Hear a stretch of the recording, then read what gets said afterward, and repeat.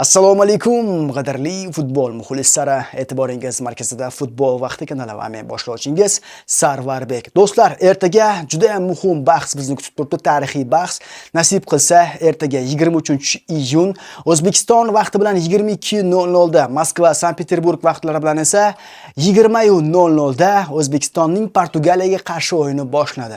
Bizning bosh murabbiyimiz Fabio Cannavaro mana shu uchrashuv oldidan dahshatli intervyu berdi va jurnalistlarga ajoyib fikrlarni bayon qildi. Bu fikrlar menga juda ham yoqdi. O'zbekistonning Portugaliyaga qarshi o'yinining oldidan bizning bosh murabbiyimiz mana shunday fikrda ekan, men juda ham xursandman. Keling, bugungi videoda mana shu haqida va o'yinimiz haqida qisqacha ma'lumot bersam. Fabio Cannavaro: Portugaliya tarkibi yulduzli futbolchilarga to'la va albatta ularda Cristiano Ronaldo bor. Portugaliya to'pni nazorat qilishni yaxshi ko'radi. Raqibga bosim qilish imkonini bermaydi. Ular qisqa paslar orqali o'yinni boshqaradi va har bir vazifani xavfli tarzda amalga oshirishadi.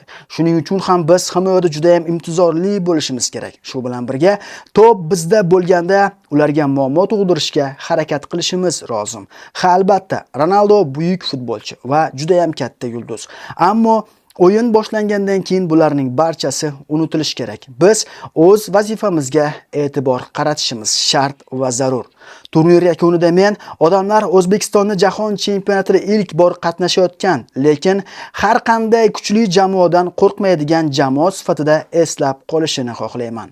Ha, biz yaxshi futbol ko'rsatadigan va yaxshi futbolni intizomli tarzda namoyish qiladigan jamoa sifatida hammaning esda qolishimiz kerak. Tasavvur qilyapsizmi Fabio Cannavaroning gaplariga? Biz turnirda hech qanday jamoadan qo'rqmaydigan debyutant jamoa sifatida odamlarning esda qolishimizni xohlaymiz deyapti. Bu degani biz Portugaliyadan qo'rqmaymiz, undan kattasi bo'lmaydimi, undan ham qo'rqmaymiz deb shaxsan Fabio Cannavaroning o'zi mana shu fikrlarni bildirgan. Bu qanaqadir qurtchi, pistachi xotinlarning og'zidan olingan gap emas. Rasmiy Fabio Cannavaro bergan intervyu va O'zbekiston futbol assotsiatsiyasi e'lon qilgan intervyu. Do'stlar, o'yin oldidan Portugaliyada nima gaplar? Portugaliyalik futbolchilar haqida nima deysiz degan fikringizga men sizlarni xursand qiladigan bitta xabarlarni aytmoqchiman.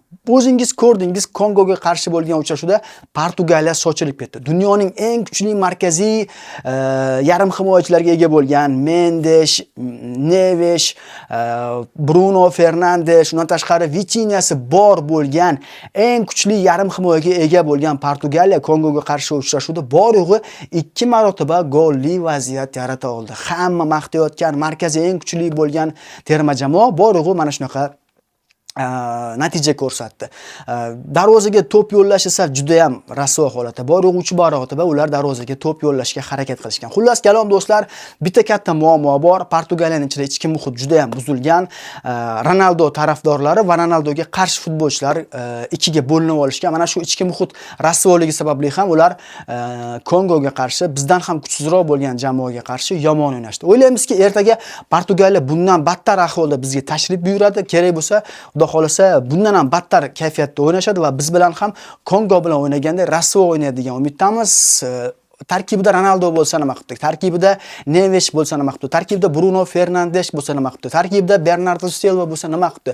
Tarkibida Vitinha bo'lsa nima qilibdi? Ularning tarkibi 1 milliarddan oshiq baholanayotgan bo'lsa nima qilibdi? Biz Xudo xohlasa inshaalloh boshqa terma jamoalari kabi xarakter ko'rsatamiz. Mana o'zingiz ko'rib turibsiz, Cabo Verde kimsan Urugvay bilan 2-2 o'ynadi. Kimsan Ispaniya bilan 1-1 o'ynadi. Cabo Verde aholisi bor-yo'g'i 700 ming kishini tashkil qiladi. Biz esa 40 millionga yaqin O'zbekistonlik aholisi bor terma jamoamiz. Shunday ekan do'stlar, nasib qilsa o'yinga 100% tayyormiz. Xudo xohlasa kayfiyat zo'r futbolchilarimizda. Hoji Akbar Alijonov tarkibga qaytgan. Yana bir xush xabar. Nasib qilsa inshaalloh ertaga O'zbekiston vaqti bilan 22:00 da, Sankt-Peterburg vaqti bilan 20:00 da barchangizni o'yinda kutib qolamiz. Tarixiy uchrashuv bo'ladi. Xudo xohlasa Portugaliyadan ochkolarni tortib emas, yulib olamiz. To'g'rimi? Olg'a O'zbekiston, olg'a O'zbekiston deymiz. Va do'stlar, yana mana shu futbolni qayerdan tomosha qilamiz degan akalarimiz bo'lsa, bu futbolni albatta futbol vaqtining Telegram kanalida nasib qilsa tomosha qilasizlar. Xudo xolasa hammasi joyida bo'lib tursa, inshaalloh duoda bo'lib tursanglar. Mana shu Telegram kanalimiz manzilini hozirning o'zida o'tib obuna bo'lib olishinglar mumkin. Mana shu videoning kommentariyalarida Telegram kanalimiz manzili degan yozuv bo'ladi. O'sha yerda Telegram kanalimizni manzili silka bo'ladi, o'tib obuna bo'lasizlar do'stlar va biz 400 mingtadan o'tdik. Endi biz YouTube'da 500 mingta bo'lishni harakatini qilyapmiz. Shuning uchun har doim videolar chiqaryapmiz, jonli efirlar qilyapmiz. Shunday ekan, hozirning o'zida kanalimizga obuna bo'ling. Portugaliya O'zbekiston haqida qanday fikrdasiz? O'yindan qanaqa natija kutyapsiz? Shaxsan men kamida durang kutyapman. Kamida durang. Durangdan boshqasiga kamroq natijaga mag'lubiyat bo'lsa men rozi bo'lmayman. Xudo xolisa kamida durang bo'lmasa yutib qo'ysanglar ham xafa bo'lmayman. Sizlar nima kutyapsizlar? Mana shular haqida kommentariyalarda yozib qoldiringlar. O'zbekiston haqida har doim yaxshi fikrda bo'linglar. Nima deymiz? Videoni yakunlashdan oldin o'sha gap. Olg'a O'zbekiston, olg'a O'zbekiston. Futbol vaqtida qoling va siz futbol haqidagi eng yaxshi kanaldasiz. Xayr, salomat bo'ling.